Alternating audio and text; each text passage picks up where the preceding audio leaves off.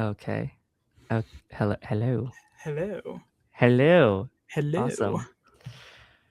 Whew. Okay. This is amazing. How you doing? I'm doing good. How are you? I'm good. Hold on. I'm looking for my notes. Wait. There they are. Okay. All right. So, what have you been up to today? Just been chilling. Went to church this morning. I had a very scrumptious lunch. I had a brisket sandwich for lunch. It was amazing. You went to London? I wish. I That would had have a been amazing. Yeah. scrumptious brisket and Mm-hmm. biscuit and gravy. It was delicious. Alrighty. Well, let's just jump into it. Let's go. All right. I will record a intro later, but Cool.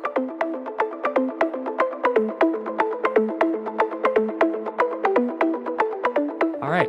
Cool. So, Andrew Gill, welcome. Is there somebody who started to inspire you when you started creating your edits? The first I have two. Well, I have a couple. The first people that come to mind are some family members of mine. My grandfather, who was a artist, like painter kind of person, and he did that industry for a long time. Was really successful. And then my uncle David, who is an independent graphic designer, and he has been working for 30 plus years for himself, and has been working with a bunch of different companies and brands and all that kind of stuff. And when I first started Unedited back in 2018, the first person I looked up to on like Instagram and like seeing their work on social media and all that stuff, his name's Joseph Tipton. He was like kind of like the first of his kind in the industry, and he's kind of just taken off, has hundreds of thousands of followers, and just working for all these high profile players and teams and all that stuff. So those Yeah, are the people that I think of. that's awesome. And Mm-hmm. you like growing up around here, like has your environment or like the people you know, has that influenced the kinds of things you do? Most definitely. I mean, connections is everything for me, Yeah. and just either through social media or just word of mouth, and just getting around and like talking with these teams and athletes, and just getting the credibility that I need, and just being trustworthy in the community. It just has helped me along the way get these jobs that I've been able to get, and just be able to get to where I am today. Like I'm genuinely shocked at the people you know. Like you look Mm-hmm. through your Instagram and it's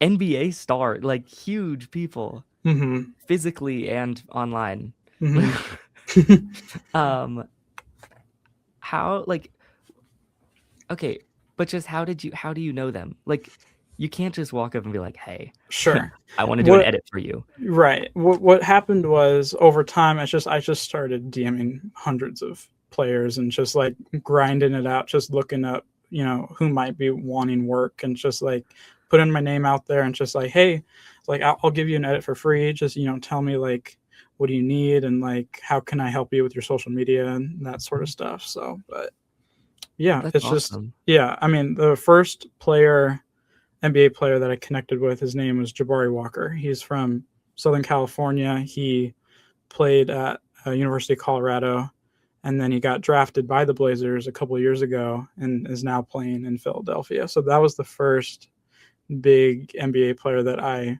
worked with, and it was in his junior and senior year that I was working with him when he was playing high school basketball in Arizona, and I just did several graphics for him while he was, tearing it up, and just I remember doing seeing those. his thing. So yeah, so that was the first big player that I can remember, working with that level. And do you mainly work with like the Blazers players or do you work with everybody? No, I work with just whoever I can find, or know whoever's looking for work, and like who I can get to. I think Whoever wants my help. yes, yeah. But I think the total number of players that have played in the NBA that I've worked with previously, I think is seven, I believe. Yeah, That's seven players that have played in the NBA or currently are playing in the NBA. I've done work for Are them you are there previously. still people like are there currently people in the NBA that Hmm. you are working for? The most recent uh, job that I did for a player was, I believe, last year, a player for the Milwaukee Bucks, who I know from Seattle, who reached out to me and said, "Hey, I'm having this meet and greet. Um, I would love for you to, put an informational graphic out there for me, and like, so I can put this out on my social media and just, get the reach that he needs to help him, with that event and that sort of thing." So, That's yeah. so cool. Like Hmm. that's beyond what I would be doing. That's crazy. Yeah. Um, do you have like was there a moment when you started making edits that you were like, okay, this is really cool. I want to continue doing this? Um, I think the first time where I was like, I really like was like shocked from like the standpoint of like the reach that I got and the engagements I got online. Yeah. It was 2021. It was a summer event at Park Rose High School near the Portland Airport. It was a summer tournament where it was all these current professionals, ex professionals, college players were all playing against each other, just like a weekend tournament sort of thing. And then I posted a video from the event, like a recap of one of the games, and a player in that game scored 92 points in a game. So Holy. what happened was I was the first media, like local media, to put it out there. Yeah. And I believe the last time I checked, the YouTube video that I posted has 190,000 views. So, Okay. and when I posted it originally, I remember I was getting all these DMs from like the local news and stuff. It's like, hey, can we post your video and whatever? And so it was like, I guess the main part of how many people, like, the exposure of that video was just me posting first, which can be a good thing and a bad thing. But Yeah. what I was just like, I remember I got in the car and then I just immediately started editing. I was using crappy iMovie on my phone. So, Yeah. but I just remember it was like super rushed and everything. But I was like, I cannot believe it's getting this amount of attention online. So It's that like was like the first like big break for me, just like seeing how viral it got. So, but yeah. that's crazy. Just like starting out like filming something and then it blows up. Yeah. That's incredible. Hmm. And you don't like people always ask you to come. You don't just show up, or do you sometimes just show up Um, to the games? Sometimes I just show up just because I have an opening in my schedule. But Yeah. You're a busy most of guy. the yeah, most of the time like they book me and they reach out to me beforehand and say, hey, can you make it on January 5th and take photos or video or whatnot? And that's kind of just how I try to manage it. But if I have free time or if, whatever, I just go and watch and just, try to keep up with what's going on. Hmm. That's Hmm. really that's awesome. That's a good thing to remember. Hmm. Okay. Oh, okay. Cool. So I understand you just started working for Prep Hoops. Correct. Yeah. Hmm. How is that going? Is it something you enjoy doing? It's been great.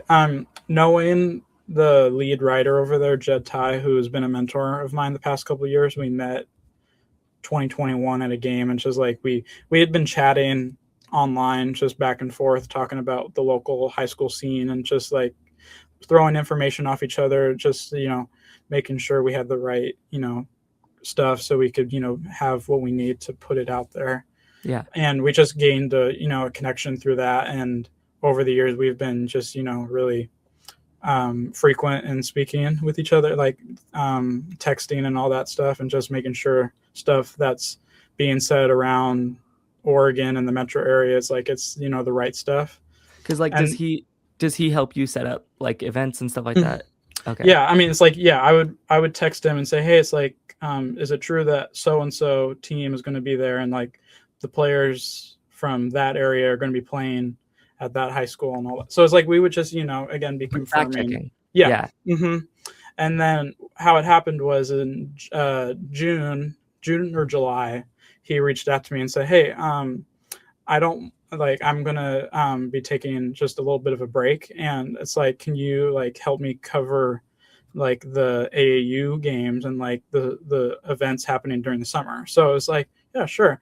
And I got brought on, and I've been doing it ever since this summer, and I've enjoyed it. And just writing articles and taking notes and stats at all the games and taking pictures. So it's been fun. That's so cool. Like Hmm.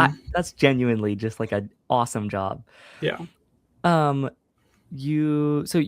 that's since June. Hmm. Is that you do that along with going to every single game? Doesn't that get Hmm. stressful? It can be. I mean, trying to find the right game to go to, and not trying to, burn out myself. I Yeah. mean, I'm just, I don't want it to, consume my life. I want it to, like be a good balance between the other stuff that I'm doing, just family stuff and other work that I've been doing. Just, make sure it doesn't, get too much to my head, and just, Yeah. yeah. How do you is there an easy way you manage your time with all that happening? I would say just, planning ahead and just don't wait to the last minute to like prepare stuff. So it's like it's kind of like a connection with like schoolwork, and just, like not waiting Yeah. to the last day to, turn in an assignment or, prep for a test or something. Just making sure that you have your schedule planned, and you know who exactly you're working with or what game you're going to. Yeah. Um, Going back to editing, what Mhm. what kinds of software do you use? Um, I use Adobe Photoshop mainly for my edits, my graphic design work. And then for video editing, I've been splitting time between Premiere Pro and CapCut. CapCut, obviously being on the phone, is much faster way of getting out footage and that kind of stuff. But when I do a bigger project, like a 2 to 3 minute long video, I use Premiere Pro for that kind of stuff. So then what do you use CapCut for? Just like short. Yeah, like short content, like reels and like under 60-second videos, just get a quick turnaround for the client or just from the game that I was at. Gotcha. Hmm. Okay. It has have you found that your editing has like evolved a little bit since you started out? Most definitely. I mean, I think everybody knows when they first start out, it's like when you look at it, like It looks different. it looks totally different, and you think it's like, how the heck did I start out like this? And it's just Yeah. like just seeing the difference in the work, and just like the how much practice I've put into it and the time and all that stuff. It's paid off. Yeah, definitely. Hmm. All right. Well, we're towards the end of it. I do have one more question. Is Sure. there some advice that you would give for anybody going into sports uh, or graphic design like you are? Sure. Um, well, one piece of advice that comes to mind is from a NBA player who I saw at a camp, who was speaking to a big group of kids. And I mean, I know other people have said it, but he was the guy that I first kind of heard it from. His name's Nate Robinson, up in Seattle. He played 18 years in the NBA, and uh, has a lot of experience in that industry. But he says if you put time into something and you work hard at it and you put your mind to it, you will find success in some area. It might not be the area that you're trying to be in, but it will benefit you in the long run in some shape or form, for sure. That's very well spoken. Hmm. Very well Yeah, spoken. thank you. All Yeah, right. Well, thank you so much, Andrew. no problem. That was awesome. Thank you for having me on.